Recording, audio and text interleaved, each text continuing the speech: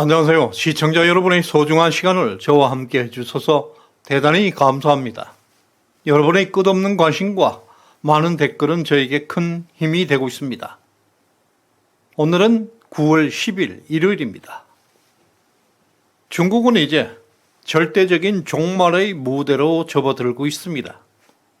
지난 수십 년 동안 죽어의 장막 뒤에 숨어있던 버블이 이제 세상 앞으로 폭발적으로 튀어나오고 있습니다. 잃어버린 30년의 일본은 어림도 없습니다. 중국은 일본보다 몇 배나 더 심각한 거품들이 대재앙을 잉태하여 왔습니다. 소련에 이어서 또 한 번 사회주의 몰락을 우리는 목격하게 될 것입니다. 중국은 지금 회복의 길이 아닌 끝없는 어둠의 터널 속으로 달려가고 있습니다. 중국의 갑부들이 자기 조국을 떠나고 있다는 것은 무시할 수 없는 중국 위기의 신호입니다. CNBC 보도에 따르면 작년에 중국에서 1,800명의 백만장자가 중국을 탈출했고 올해는 13,500명이 이민을 갈 것이라 예상하고 있습니다. 또한 로이터 통신에 따르면 중국은 2023년까지 전 세계 갑부 명단에서 229명이나 억만장자가 이탈할 것이라 전망하고 있습니다. 이러한 대규모 백만장자 이탈은 중국 경제에 치명적인 영향을 미치게 될 것입니다. 중국의 외환 보유고는 점점 줄어들고 있고 위안화 가치는 10년 만에 최저 수준으로 떨어지고 있습니다. 현재 7.3위안을 돌파하고 있습니다. 달러 유출과 함께 환율이 급등하고 있지만 금리를 올릴 수 없다는 딜레마에 빠져 있습니다. 이것은 중국이 지금 얼마나 심각한 경제 위기에 직면하고 있는지를 보여주고 있습니다. 돈의 습성은 가장 안전한 곳을 찾아가는 경향이 있습니다. 아일랜드와 싱가포르 같은 나라들은 세계에서 가장 부유한 국가를 만든 것이 돈의 습성 때문이었습니다.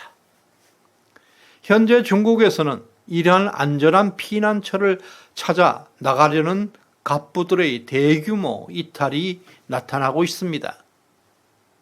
중국은 자금 유출을 엄격하게 통제하고 있음에도 불구하고 이러한 현상이 계속되고 있다는 것은 중국에서 우리가 생각하는 것보다 더 심각한 문제가 발생하고 있음을 강하게 시사하고 있습니다. 외국으로 자금을 이동시키는 것은 복잡하고 어려운 과정이 필요합니다. 중국의 백만장자들이 이 과정을 거쳐서 자산을 해외로 옮겨 놓았다는 사실은 중국 경제가 더욱 치명적이라는 징후들입니다. 컨트리 가든의 채권 가격은 급락해서 6주 동안에 거의 70%나 폭락해버렸습니다. 더욱이 중국 100대 부동산 개발 회사들의 신규 주택 판매량이 지난해 7월과 비교해서 33%나 감소했습니다. 중국 GDP의 약 30%가 부동산과 연관되어 있다는 것을 감안할 때 이것은 중국 경제에 치명타가 되고 있습니다. 현재 중국의 부동산 개발 업체들은 부채 상환 능력이 전혀 없습니다. 이 차트에서 볼 수 있는 것처럼 중국 부동산 펀딩 규모는 2021년 중반에 최고점을 찍은 이후에 지속적으로 추락하고 있습니다.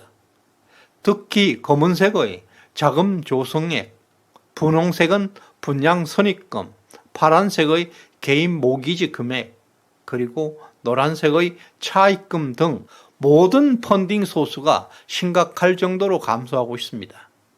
최고점이었던 1.8조 위안에서 현재 1.2조 위안까지 폭락했습니다.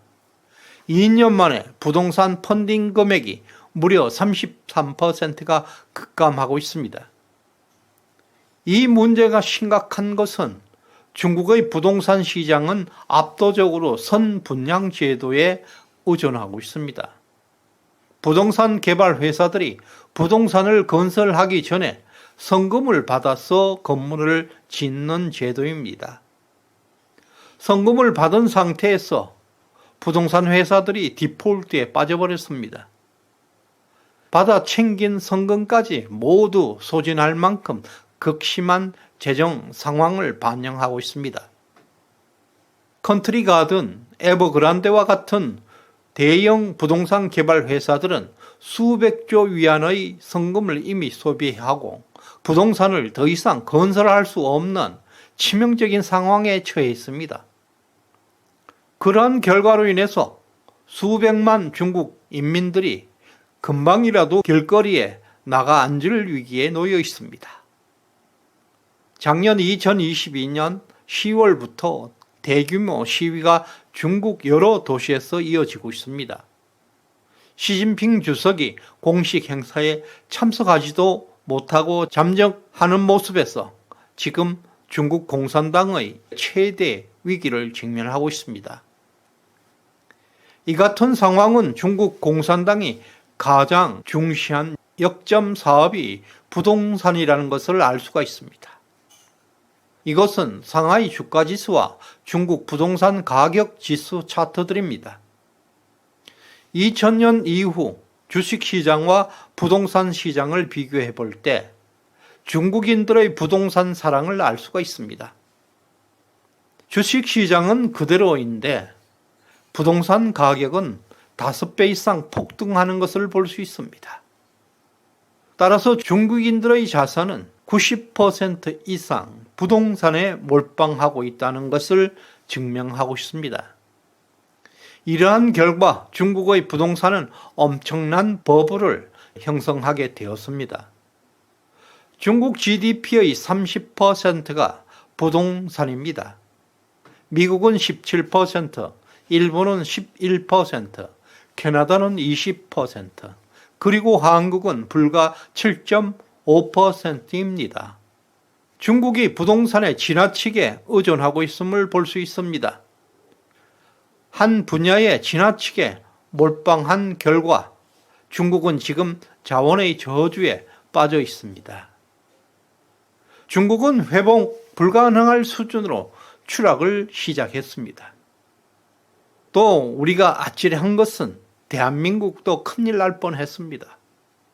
문재인의 중국몽, 박원순의 중국말 궁뎅이에 붙어가기, 그리고 장하성의 헬조선 등 한국 자익들의 국정 철학이 얼마나 위험했는지 보여주고 있습니다. 세계에서 집값이 가장 비싼 나라가 어디일까요? 바로 중국입니다.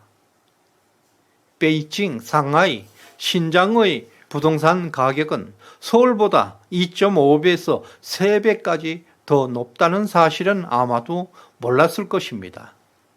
이것이 바로 사회주의, 중국몽, 중국의 현실입니다. 이와 같이 독재 국가와 사회주의가 왜 붕괴할 수밖에 없는지 실증적으로 보여주고 있습니다. 그리고 단언컨대 중국 공산당 체제에서는 중국은 다시 회복할 수가 없을 것입니다.